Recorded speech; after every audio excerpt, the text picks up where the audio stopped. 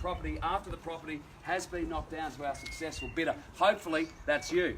Our vendors, of course, have a reserve price. As the auctioneer, I will indicate bidders on request. The law does prohibit for false bids. It prohibits major disruptions by bidders, and it does prohibit bidders from attempting to prevent others from bidding. Of course, it does provide fines for this conduct. Everybody looks well behaved here today. I'm sure we'll have no problems with regards to that. The words I will use during our auction to indicate I'm making a bid on behalf of our vendor bid, and by law in the eyes, the auctioneer can make a vendor bid.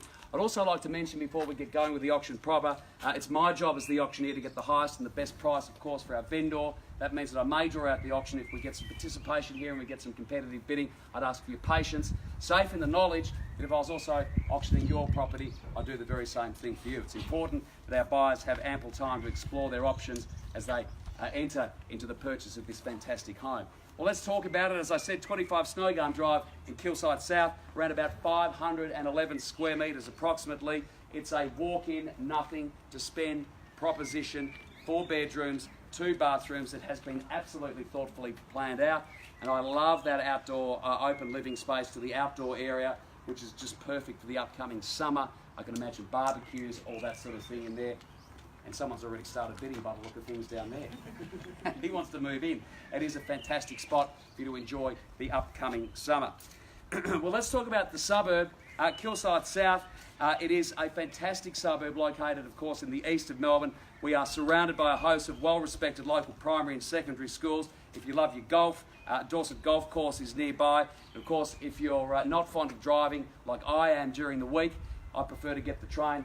Croydon Station is around about 5 kilometres away from here as well. You can drive on in there, get the train into the city if any of your work requirements have a necessary sort of need for that, or perhaps your social engagements. You can have a couple of drinks, you can be an Instagram star, sit on the train, head into the city and not pay $50 an hour, which is I think what it cost me a couple of weeks ago when I went in there to park the car. Well, the market generally in Melbourne is very, very good. It has been strong, as we know, for some time, fueled by a combination of things, largely interest rates. I refinanced my own home loan about a month or so ago, and it was around 3.8%. Certainly cheaper to buy property now than it is to rent.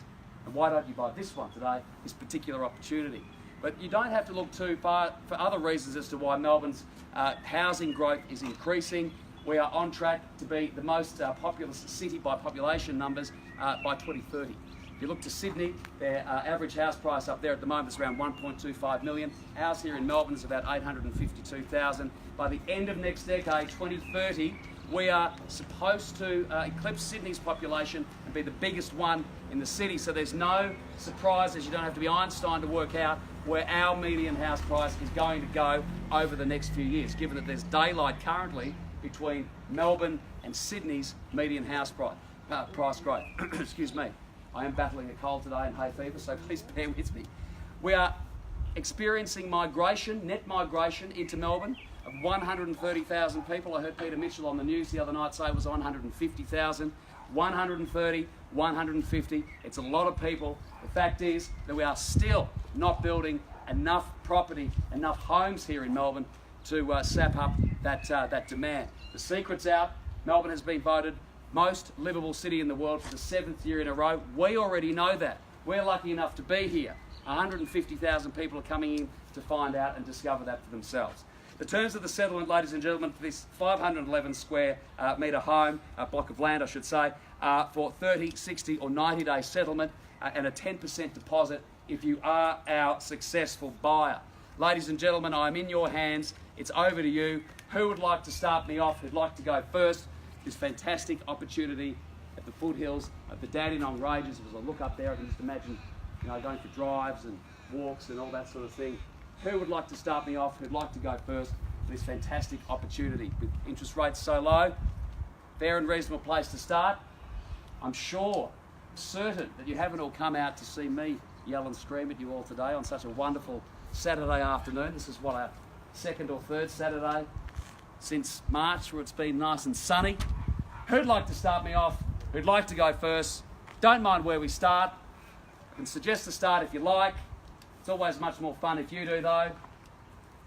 Well, ladies and gentlemen, I will suggest to start a vendor bid of $600,000 and I'm going at a rise of $600,000. The vendor bid is with me and I'm looking for a rise now of $20,000. $600,000. At $600,000, looking for 20 anywhere at all. At $600,000, looking for 20. Think about where we are. Think about that we've got 4 weeks left of the auction market, the property market to run this year. If you don't get in before Christmas, you won't get in before February of next year because the whole Christmas shutdown in January and that sort of thing. You'll get more phone calls from real estate agents hassling you on a Friday or a Monday if you've been through open for inspections. You can end your search and purchase this fabulous home today. I'd like to start off $600,000, looking for 20. First call at $600,000, vendor bid. Second call at $600,000. $620. At $620. Thank you and welcome to the bidding. At $620. At $620,000. I'm looking for a rise of 20. I'm looking for $640 anywhere at all.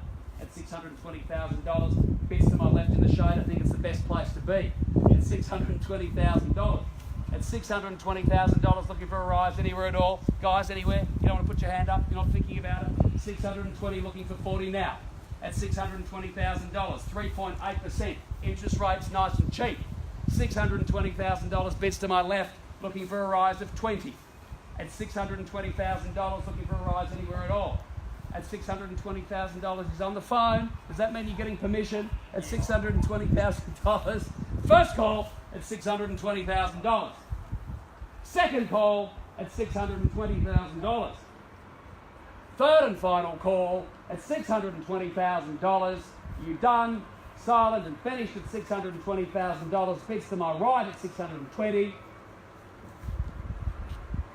Well, ladies and gentlemen, if you bear with us for a moment, we'll seek some instructions from our vendors and we'll come back with an update in just a moment. Please bear with me. Thank you.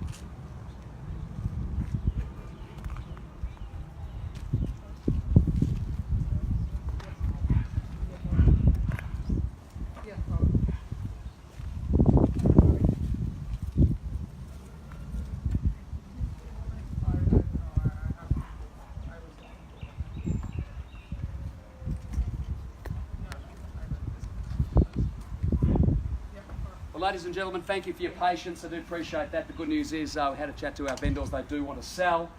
I'll just explain the process from this point on. Gentleman here has the bid. If you'd like to confirm that, so $620,000. But don't get a higher bid, $620,000. We'll pass the property in to this young family here to my left, and they will have the exclusive right to negotiate the conclusion of our auction today. In 90% of cases, the person who we pass the property into ends up buying it. I have a very, very good feeling for you guys. $620,000. I will call it 3 times. First call at $620,000. Arise anywhere at all. Second call at $620,000. You thinking about it, guys? You sure? Third and final call at $620,000. Done, silent and finished at $620,000. Well, ladies and gentlemen, we will officially pass the property in. Thank you for your attention. We wish you all the very best. I'm sure we will see a sold sign on that board in the next little while. Have a wonderful weekend on behalf of Ray White in Bayswater. Thank you.